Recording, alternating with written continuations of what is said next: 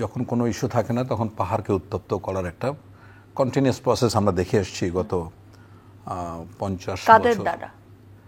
এখানে vested group যাদের স্বার্থ আছে তারাই। এবারের যে ঘটনাটা এটা একদম সম্পূর্ণ পূর্ব পরিকল্পিত এবং এটা সাজানো একটা নাটক ছিল। আমরা এক মারমা তরুণীকে ধর্ষণের গল্প শুনলাম, তৎক্ষণাৎ ভাবে আপনি কি এটাকে গল্প বলছেন? আমি গল্প বলছি। ওকে, গল্প বলছি না, ষড়যন্ত্র বলছি। আরো আরো আরো সিরিয়াস টার্মে এটা বলছি। এই জন্য যে আপনি দেখেন যে মারমা তরুণী যে ধর্ষিতা হলো, সে তার বাবা মা তাদেরকে উদ্ধার করে হসপিটালে আসলো রাত 12টায় এবং একটার সময় দলবদ্ধভাবে ধর্ষিতা একটা মেয়ে চলে গেল বাড়িতে। সো এই ঘটনা কিন্তু এতটুকু। তারপরে কি হলো, পরদিন সকালে এটা নিয়ে উত্তপ্ত করা হলো এবং এটা এমন পর্যায়ে চলে গেল যে 3 থেকে 4 জন এটাতে নিহত হলো এবং পুরা দীঘিনালা এলাকায় অশান্ত ছড়িয়ে পড়ল। তো মূলত এখানে যে ঘটনাটা ঘটে, পাহাড়ি বাঙালি একটা সংঘাত তৈরি করার জন্য এই গ্রাউন্ডগুলি তৈরি করা হয়। এবারই প্রথম দেখলাম যে সেনাবাহিনীর একজন মেজর সহ প্রায় 13-14 জন আহত হলো, পুলিশের বেশ কয়েকজন সদস্য আহত হলো। তো এরপরে যেটা চক্ষু খুলে দিল সেটা হলো যে আপনার রিপোর্ট আসলো যে মেয়েটা আসতো ধর্ষিত হয়নি এবং এই যে রিপোর্টটা হয়েছে সেখানে একজন উপজাতি ডক্টরও ছিলেন।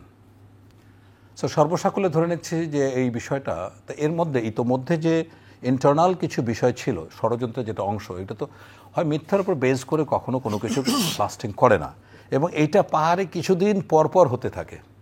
এবার আমরা যেটা লক্ষ্য করলাম যে এই ঘটনাকে কেন্দ্র করে ইউপিডিএফ এবং জেএসএস, এই দুটো তো বিপরীতধর্মী গ্রুপ, এদের মধ্যে একটা সংযুক্তি বা এক হওয়া যায় কিনা এরকম একটা ষড়যন্ত্রমূলক আমরা কথোপকথন বা আমরা আলামত টের পেলাম। তা সেক্ষেত্রে প্রস্তাব আসছে এভাবে যে আমরা যদি এক হতে চাই তাহলে তোমরা কি চাও? তখন জেএসএস থেকে বলা হচ্ছে, সন্তুল লারমা নেতৃত্বাধীন, যে ফেনী থেকে খাগড়াছড়ির বাবুছড়া পর্যন্ত এই জায়গাটা আমাদেরকে দিতে হবে আর বাকিটা তাদের।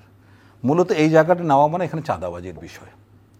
তো এইটা ইউপিডিএফ মেনে নিল। এখন কিন্তু পাহাড়ে শক্তিশালী হচ্ছে ইউপিডিএফ এবং সবই মানে আমরা খুবই বিস্ময়ের সাথে লক্ষ্য করলাম। দেখুন, পাহাড়ে যখন এই ধরনের ঘটনা ঘটে, বছরখানেক আগে গত সেপ্টেম্বরে খাগড়াছড়িতে মোটরসাইকেল ছিনতাইকে কেন্দ্র করে একটা এরকম গন্ডগোল হয়েছিল।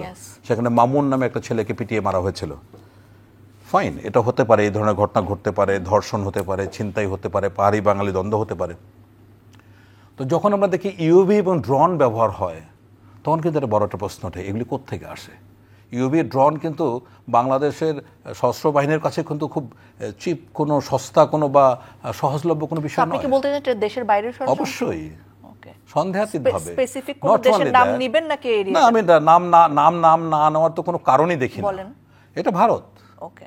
এমনকি এইবারের ঘটনায় আমরা ভারতের নিরাপত্তা বাহিনীর কর্মকর্তাদের কল রেকর্ড পর্যন্ত পেয়েছি, ওকে, যারা পাহাড়কে অশান্ত করার জন্য প্রস্তুত বা করতে চাচ্ছে, সহযোগিতা করতে চাচ্ছে, এবং এটা ইউপিডিএফকে। একইভাবে মিয়ানমারের আরাকান আর্মিরও একটা সংশ্লিষ্ট আমরা এখানে পাচ্ছি এবং এই সংশ্লিষ্টের মূল এটা হচ্ছে কিছুদিন আগে আরাকান আর্মির উপর আরসা আক্রমণ করেছিল।